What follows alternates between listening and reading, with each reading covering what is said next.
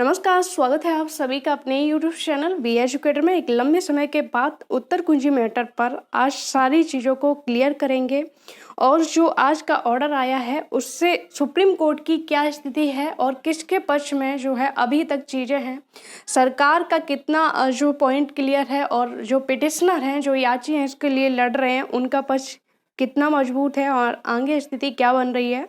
साथ ही साथ जो सबसे ज़्यादा भ्रामक स्थिति है वो कट ऑफ को लेके है, अंतिम चयन गुणांक को लेके है। इन सभी बिंदुओं पे पॉइंट टू पॉइंट बात करेंगे। सबसे पहले ऑर्डर को देखेंगे कि आपकी इस पर हियरिंग हुई थी 2 सितंबर 2022 को, 2 दिन पूर्व इस पर हियरिंग हुई और आज इसका ऑर्डर आ गया। कहीं ना कहीं ये बहुत ही ज़्यादा पॉजिटिव है, सकारात्मक है कि 2 दिन बाद ही आपका ऑर्डर आ गया, क्योंकि जब प्रीवियस जो है आपकी 2 सितंबर को हियरिंग हुई थी तो गवर्नमेंट की तरफ से जो आर्गूमेंट दिया गया था, जो आपके महाधिवक्ता थे उनकी तरफ से बोला गया था कि एक पर्याप्त समय ना मिल पाने के कारण हम जो सुप्रीम कोर्ट ने इंस्ट्रक्शन मांगे थे, एक लिस्ट मांगी थी, उसको तैयार नहीं कर पाए। इंस्ट्रक्शन में क्या क्या चीज़ें मांगी गई थी आप सभी लोगों को पता है अच्छे से कि सुप्रीम कोर्ट ने क्या चीज़ें मांगी हैं, वो सभी आप लोगों को पता है। तो एक पर्याप्त समय न मिल पाने के कारण जो है उनको एक मौका मिला, जिस पर एक सहमति हो गई कि चलो आप अगर कहते हो कि एक पर्याप्त समय नहीं मिल पाया तो आपके अकॉर्डिंग जो है फिर से टाइम दे दिया जाता है। और जो चीज़ें बताई जा रही थी कि ऑर्डर लेट हुआ था, इस वजह से 1 सप्ताह लेट ऑर्डर रिलीज हुआ, इस वजह से हमने उस ऑर्डर पर जो है इंस्ट्रक्शन नहीं ले पाए।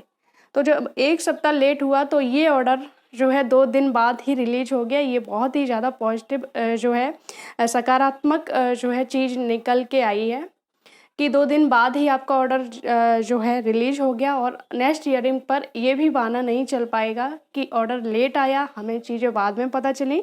सबसे पहले ऑर्डर पढ़ते हैं। ऑर्डर आप देख सकते हो, जो भी टीम की तरफ से आपका पैनल रहा उसमें एडवोकेट के नाम दिए गए हैं और जो मेन पॉइंट वो दिया गया है, in term of the letter circulated by the land council for the petitioner this matter is adjourn list the matter on 16 September 2022 we make it clear that no further application for adjournment on behalf of the petitioner will be entertained। तो यहाँ पर एक चीज़ clear कर दी गई है कि आपने जो लेटर इश्यू कराया था, जो सरकार की तरफ से थे उनके द्वारा लेटर इश्यू कराया गया था कि हमें पर्याप्त समय नहीं मिल पाया है तो 2 सप्ताह का और टाइम चाहिए। उस लेटर के यहाँ पर जो है टाइम दिया गया है, लेकिन उसमें एक चीज़ क्लियर कर दी गई है कि इसके बाद इस तरह के किसी भी लेटर को नहीं सुना जाएगा, ना ही आपकी इस तरह की किसी भी आर्गुमेंट को जो है सुना जाएगा कि पर्याप्त समय नहीं मिल पाया, पर्याप्त जो है समय ना मिल पाने के कारण हमने चीज़ों को जो है नहीं कर पाया। सुप्रीम कोर्ट की स्थिति बिल्कुल स्पष्ट हो चुकी है, साफ हो चुकी है कि आपका जो अभी तक डबल बेंच का ऑर्डर है बिल्कुल सेफ है, आपका 1 नंबर सेफ है, उस पर किसी भी प्रकार का कोई खतरा नहीं है। गवर्नमेंट भी अच्छे से जानती है कि इस ऑर्डर को नकार नहीं सकते, इस ऑर्डर को जो हम रद्द नहीं करवा सकते, इसके अगेंस्ट हम जो है कोई भी ऑर्डर नहीं ले सकते, वो भी अच्छे से जानती है। लेकिन गवर्नमेंट इस मैटर को इसलिए पेंडिंग में कर रही है, इस तरह के जिस तरह से स्टार्टिंग से सुप्रीम कोर्ट में चीज़ें आपको देखने को मिल रही हैं, तो सिर्फ ये कर रही है कि मैं मामले को कैसे भी पेंडिंग में रखा जाए, जिससे कि जो कैंडिडेट है खुद ब खुद इस मैटर को ड्रॉप कर दें और जो है लंबी डेट ले जाए, इस तरह की चीज़ें क्रिएट करी जाए तो ये लोग खुद ब खुद इस मैटर को छोड़ दें। ये जो ऑर्डर आया है उसको देख के स्थिति बिल्कुल स्पष्ट हो चुकी है कि जो जस्टिस हैं वो भी चाहते हैं कि अब इस मैटर पर फाइनल किया जाए, इस मैटर को जल्द से जल्द निस्तारित किया जाए। और कहीं ना कहीं इतनी डेट का मिलना और सरकार को एक टाइम देना, ये भी आपके जो है पक्ष में है। जब भी डेट लगती है, जाहिर है कि सभी को उम्मीद होती है कि इस मैटर पर अब जल्द से जल्द याचिका खारिज हो, जो भी परिणाम हो वो जल्द ही निकल के आए, क्योंकि डेट पर डेट और हर डेट पर इंतज़ार करना, वही सारी चीज़ें फिर से कहीं ना कहीं ये एक निराशाजनक होता है कि नहीं इतना इंतज़ार हो पाता है। लेकिन अगर सुप्रीम कोर्ट से ये चीज़ें हो रही हैं, सरकार को पर्याप्त समय दिया जा रहा है और सुप्रीम कोर्ट खुद पूछ रहा है, तो कहीं ना कहीं ये चीज़ें आपके पक्ष में ही हैं।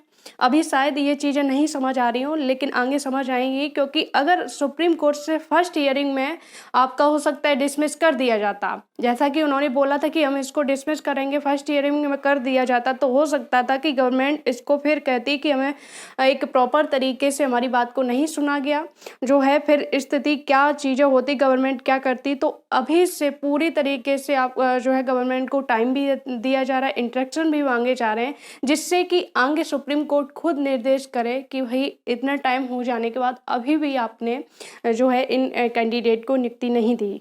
तो जो चीज़ आपको कंटेम्प्ट में करनी पड़ती, हाई कोर्ट इलाहाबाद से करनी पड़ती, वो सुप्रीम कोर्ट से हो रही हैं।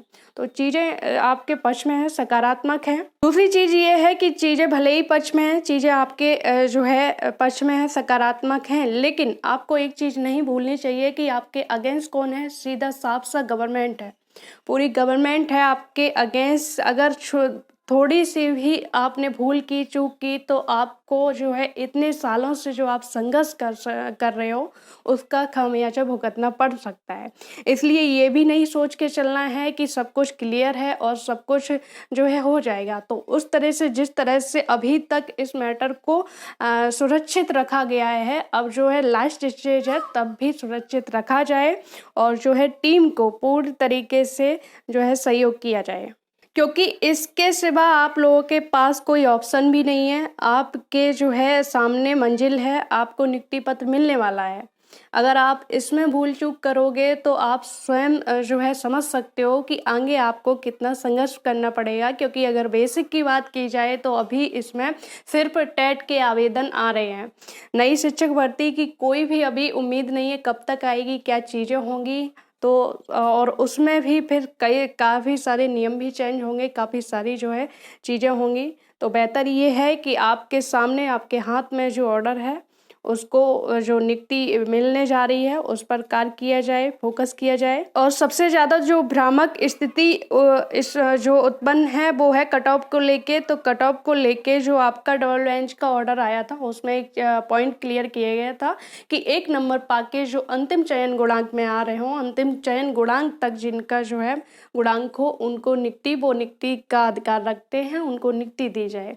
तो इसके लिए आप सभी लोग अभी वर्तमान में अपने अपने जो है डिस्ट्रिक्ट की अंतिम चयन गुणांक अपनी कैटेगरी वाइज देख लीजिए। इसमें आपको किसी भी प्रकार के जो है भ्रमित होने की आवश्यकता नहीं है। आप अपने अपने स्टेट की इतना तो आप चेक कर सकते हो, देख लीजिए, स्थिति आपके जो है स्पष्ट हो जाएगी कि आपकी स्थिति वहाँ जो है किस पोजीशन पर हो आप, और आप जो है उसमें आ रहे हो या नहीं आ रहे हो।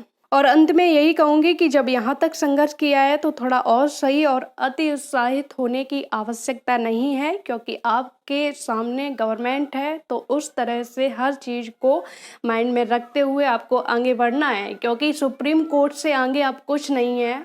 सुप्रीम कोर्ट के बाद ये मामला बिल्कुल ही फिनिश हो जाएगा। अगर 1-2 नंबर वालों की बात की जाए जो अभी भी रह रहे हैं, तो सुप्रीम कोर्ट से उनका मैटर फाइनल हो चुका है, अब कुछ नहीं है। तो आपका भी सुप्रीम कोर्ट के बाद कुछ नहीं होना है। तो आपकी जो लड़ाई है वो फाइनल है। उम्मीद है वीडियो में दी गई जानकारी से आप संतुष्ट होंगे। जुड़े रहिए चैनल से, वीडियो को ज़्यादा से ज़्यादा शेयर करें, लाइक करें। धन्यवाद।